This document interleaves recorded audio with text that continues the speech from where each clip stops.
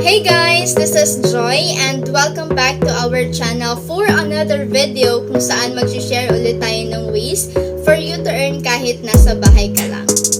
For today's video, shoutout muna po tayo kay Miss Chuchi. Thank you so much ma'am for watching our previous video. Guys, if we are applying, sometimes we think that the other applicants are actually ahead of us because they already have the experience or they already know what to do.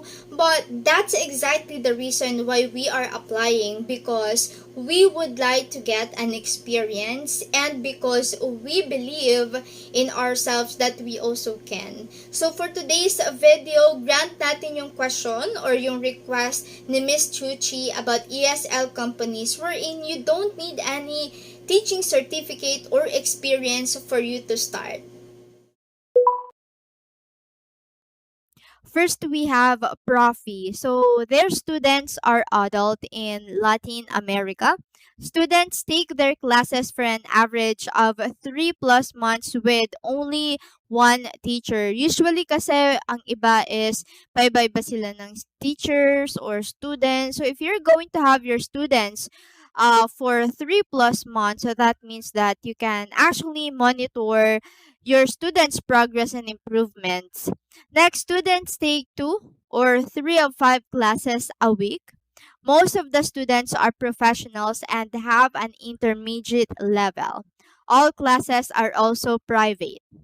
For the rate, you can earn as much as $10 an hour. Weekly payout, and you're going to get your earnings through Payoneer or PayPal. There will be $20 enrollment bonus as well. So student buys your course after your intro class.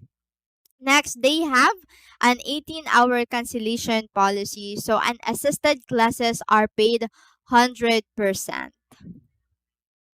Now, for the schedule, you can set your own schedule and time availability. There will be no minimum hours required, and teaching platform is already provided. For the class or teaching approach, it's going to be one-on-one. Students are stable, long-term, and usually stick with the same teacher.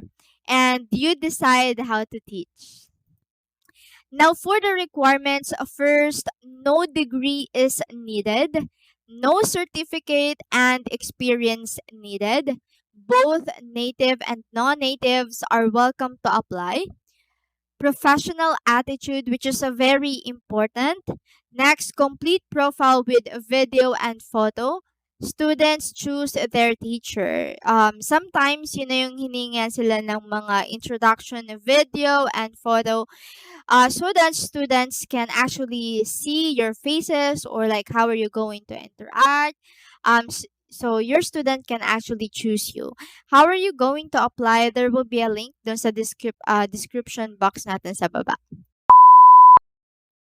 Now let's have Reagent Language Center Corporation. So yung students nila ay Japanese.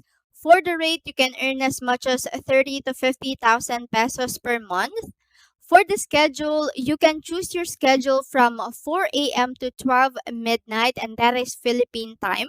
Kung full-time yung gusto mo, you can work for at least 8 hours per day for 5 to 7 days. You can choose your 2 days off, and you can have a broken schedule as well.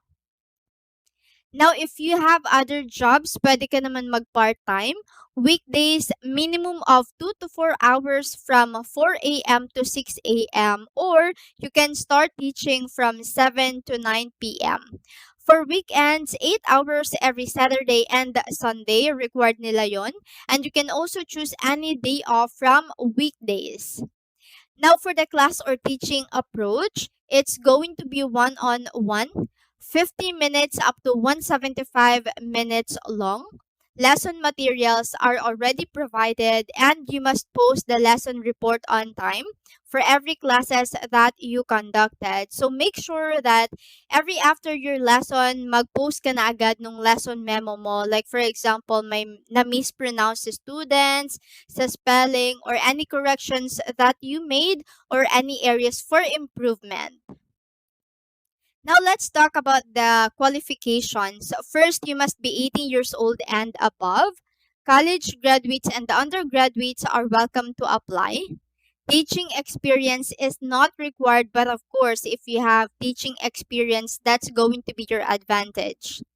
You must be residing in the Philippines, proficient in speaking English, and no certificate needed. Well, maybe you will ask, paano naman kung wala sa Pilipinas? Well, they still accept applicants residing in Japan, but you must make sure that you have your personal bank account in the Philippines. And kung foreign national ka naman and you're currently living in the Philippines, you can still apply for as long as that you don't have any plans to move or mag-relocate to another country, and you must have your bank account in Philippines as well. They don't accept applicants who are still connected to another ESL company. Now, for the application process, it can be as fast as 7 days depending on your availability and your submission of requirements. First, paper screening. Next, you will have your online assessment. After that, you will have initial Skype interview. Then, initial training or mock lesson demo. Then you will have your final interview, and last for your orientation and or launching. Now, how are you going to apply? You can send your updated resume to their email address or you can go directly to their website. Now, we also have COREnglish. So, their students are from Latin America of all ages. For the rate, you can earn as much as $8 to $15 an hour. You can get your earnings via PayPal or direct bank deposits between the 10th or 15th of each month. For the schedule naman, teachers can pick any hours from 8 p.m. EST to 12 p.m. EST next day. So it's going to be Monday to Friday. There will be minimum of 10 hours per week as well.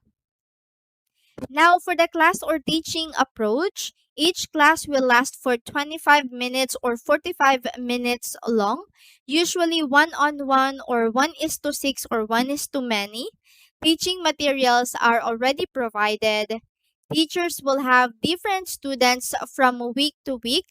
However, the students can ask to have classes only with the same teacher during their learning period. At yung sinasabi ko kanina that every week pwedeng maging iba-iba yung student mo or iba-iba din yung teachers nila. So, here they can still request na same teacher yung magti-teach sa kanila for that learning period. I actually have the student that I'm happy that every time I look my schedule, lagi siyang nagbo-book ng schedule, and it's something that really happy to see because that means na nag-enjoy din siya sa mo, how you interact with her, how you present your lesson.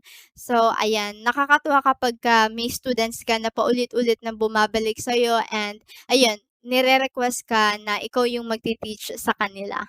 Next, for the qualifications, with or without experience, you can apply even if you don't have a bachelor's degree. Student, graduate, certified teacher or not, you are all welcome to apply. Teaching certificate is not mandatory but they preferred it kung meron ka or if you are willing to obtain one. Here, they also have a 6-month minimum commitment required from applicants. Contract can be renewed if you wish to. Now, for the hiring process, interview usually no longer than 30 minutes. So, medyo mabilis lang din siya. In less than 24 hours, you will know if you passed your interview or demo. Now, how are you going to apply? May link tayo dun sa baba. Just click it or you can also go directly to their website.